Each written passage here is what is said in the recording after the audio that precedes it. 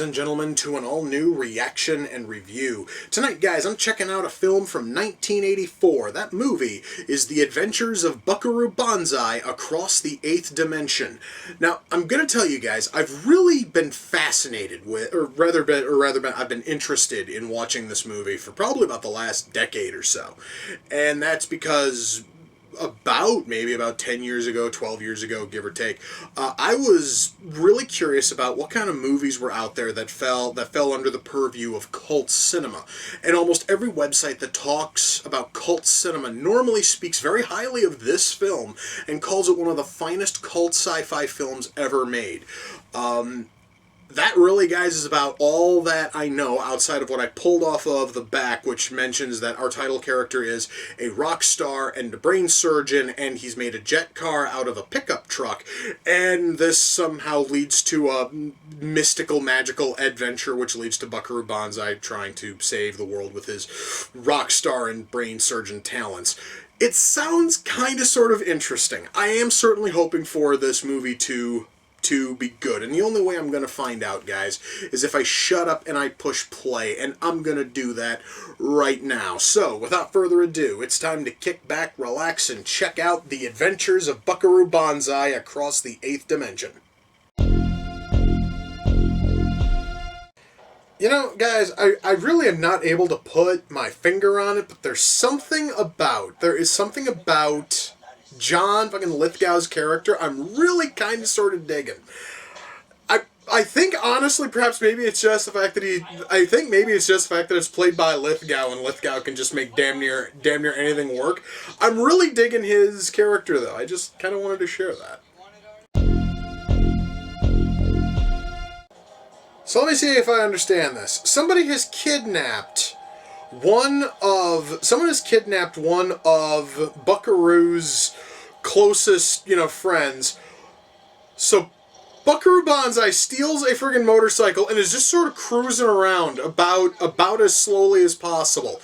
You'd think he would sort of speed it up some if he was trying to save, one of his most trusted colleagues. I guess, honestly, I just sort of guess that he doesn't really give a shit. Either that, or maybe he thinks he can catch a speeding van by going at essentially going about the speed of smell on a fucking Harley. Okay, I have a minor question. I totally understand, guys. I absolutely understand. Buckaroo was zapped and is able to see these lectroid aliens for what they are instead of seeing their human friggin' disguises. How the hell did he know that they actually have balls in the same place as us, and kicking them there is equally as devastating as kicking a human in the sack? I'm really kind of curious if he just sort of took a fucking guess and just punted, or if perhaps maybe the, zapping also causes him to know exactly how lectroid biology works. I'm just kind of curious, guys. I just sort of found it to be a little bit odd. Guys, I honestly am going to say this right now. I'm really digging the mountains of depth which this movie has put into these aliens, about how within just the span of a couple of sentences, we are given the vast history of this race war between the two different colored lectroids of Planet 10. Whole thing sounds incredibly fascinating. I'm really interested as to where this film is going to go with this.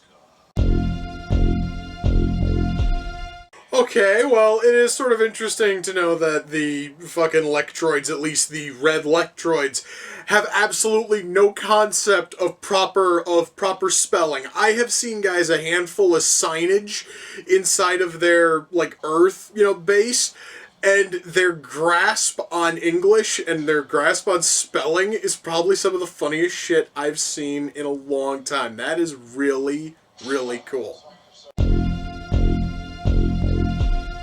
Well, guys, that was The Adventures of Buckaroo Banzai Across the Eighth Dimension.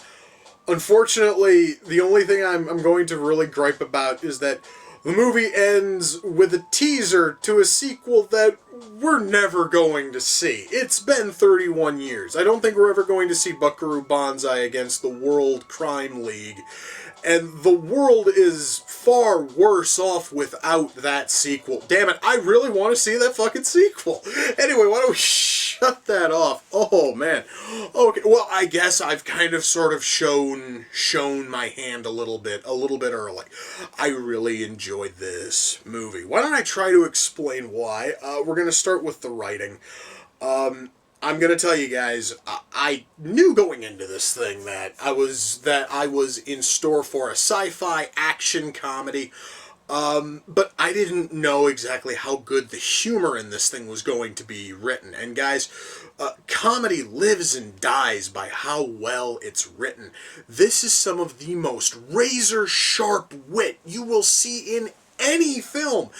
There guys are tons of layers to almost every joke and every line of dialogue. Everything here is brimming with tons and tons of wit. And really, guys, it is the kind of sharp writing that we don't see in movies anymore. Even guys movies which claim to be these deep fucking like cerebral films that we see today are just mindless, puerile garbage compared to what's here. I'm gonna tell you right now, I could probably watch this movie 4, maybe 5 more times and still not notice every single nuanced joke that is buried in here. And it doesn't matter if it's in the dialogue or if it's in signage, if it's just in the background somewhere. This thing has got a ton of awesome, funny little things in there, and it makes this movie amazing. Now, not only do we have awesome humor, we have a story that kicks mountains of ass. We have fantastic action. Our characters here are fleshed out just enough to make every single one of them interesting.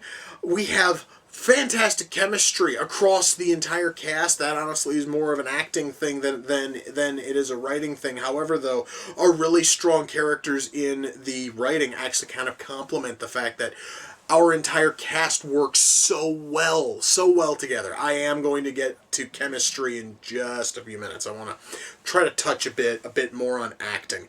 This thing, guys, is able to give you a mountain of character background in 2 sentences. 2 fucking guys. You basically get a lot. You basically know almost everything you need to know about our title character, Buckaroo Banzai, halfway through the text crawl at the very start of this. You basically read that, and within those few sentences, you know everything you need to know about this character. You know everything that you need. And this, guys, is a common thing across this entire film. We basically know everything that we need to know involving the war between the red and black Lectroids. We are told all of that within 2 sentences, and it is then further fleshed out as the film goes on.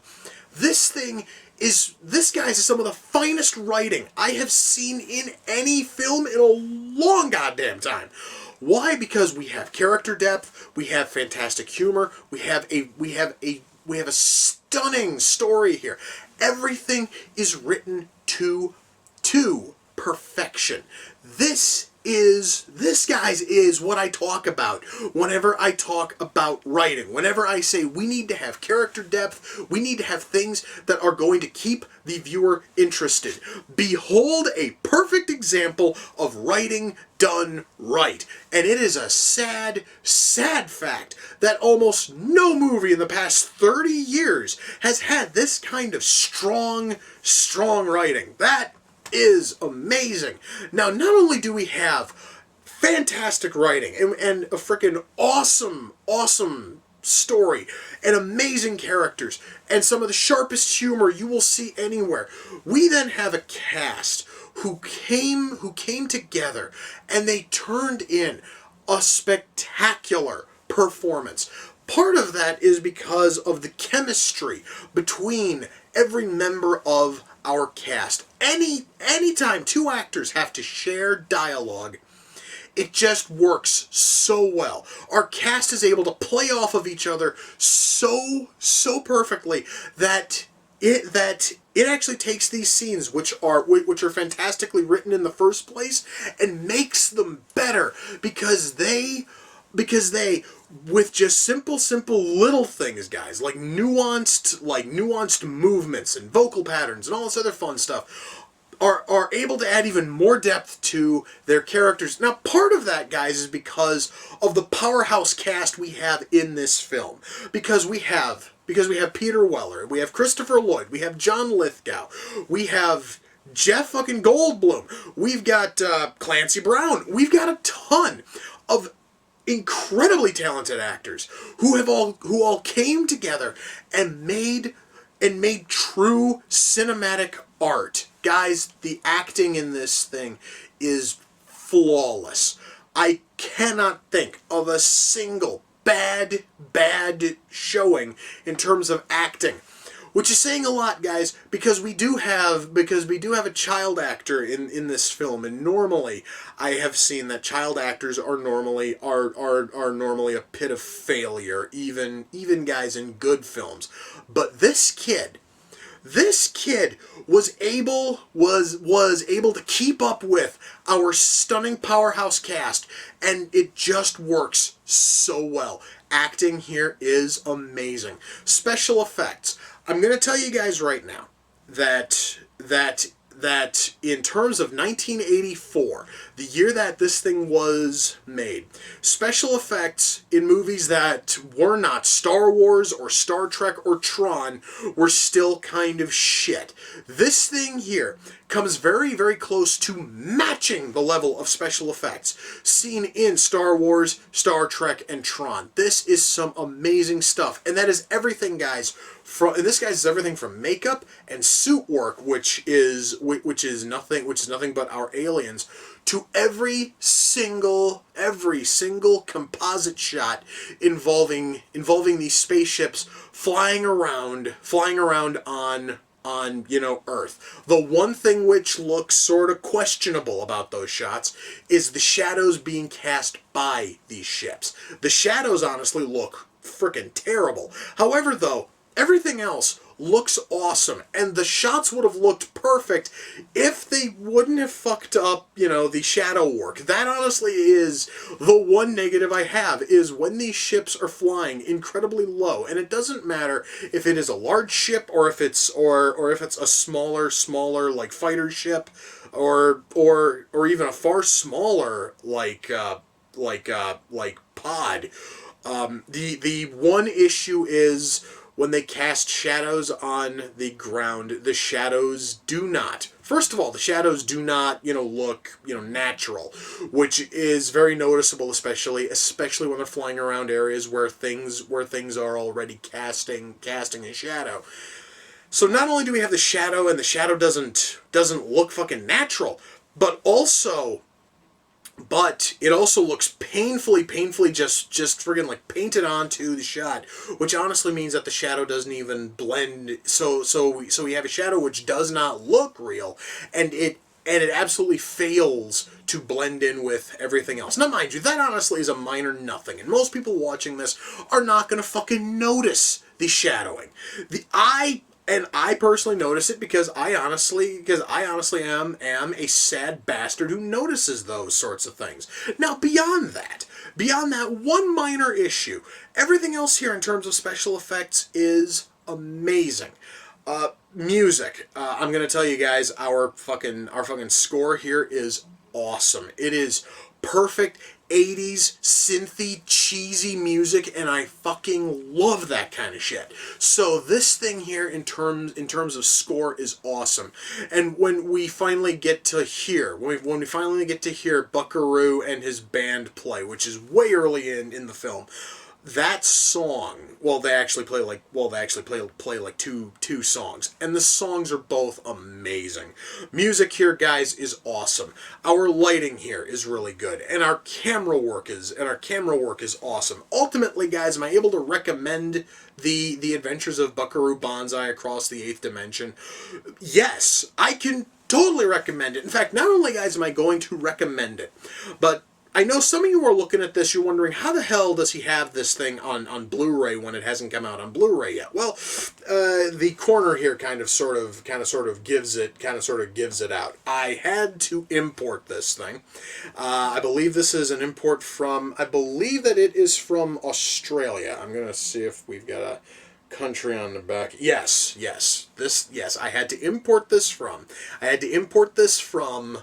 It was from Australia. Now, the back of the Blu-ray case here cites that this thing is only a Region B disc. I'm going to tell you right now, the label here lies. This thing is a region-free disc. You can play it in any Blu-ray player on this planet and it will play. And I found it, I believe I bought this one on eBay for maybe like $15. So that means that you can get it for a fantastic price, and I'm telling you right now, you want to get this thing on Blu-ray in it just simply because it looks that good. Now that actually is probably why the shadowing on the ships when they are flying low is so bad, is because this thing here is in high def, and high def normally has a habit of causing all of those sorts of things to just pop out almost violently. However, though, I honestly am still able to look past that. I can definitely recommend this, and if you can find it on DVD, at a price that is, reasonable, which I don't think that you can find that anymore, because I believe that the US DVD has fallen out of print long ago, and the price on it is insane. So yeah, guys, it actually is cheaper to import it on Blu-ray than it is to buy the US, DVD. I definitely recommend you go out and do that. This thing is totally worth every fucking cent. I absolutely loved it. The one thing which sucks is movie ends teasing up a sequel. It has been 31 years. MGM, are you going to give us a sequel? Or, I would be totally happy with you having to go and recast everybody. I totally understand that because it's been 31 years. Can we please get this sequel? Please. Or can we at least maybe get, like a reboot with a whole new story involving friggin' Banzai and his crew stopping, some other threat. I want to see more of this, damn it, and I don't care how the fuck I have to go about seeing it. This thing was that awesome. Now, I honestly, guys, am going to go see if I can find any of the friggin' Buckaroo fucking Banzai comics and novels and everything else that were made as tie-ins for this movie, because that's probably the only way I'm going to get more from these characters. Anyway, guys, with that, we come to the close of another reaction and review. Until next time, ladies and gentlemen, take care, and I will see you all in the near future. Peace.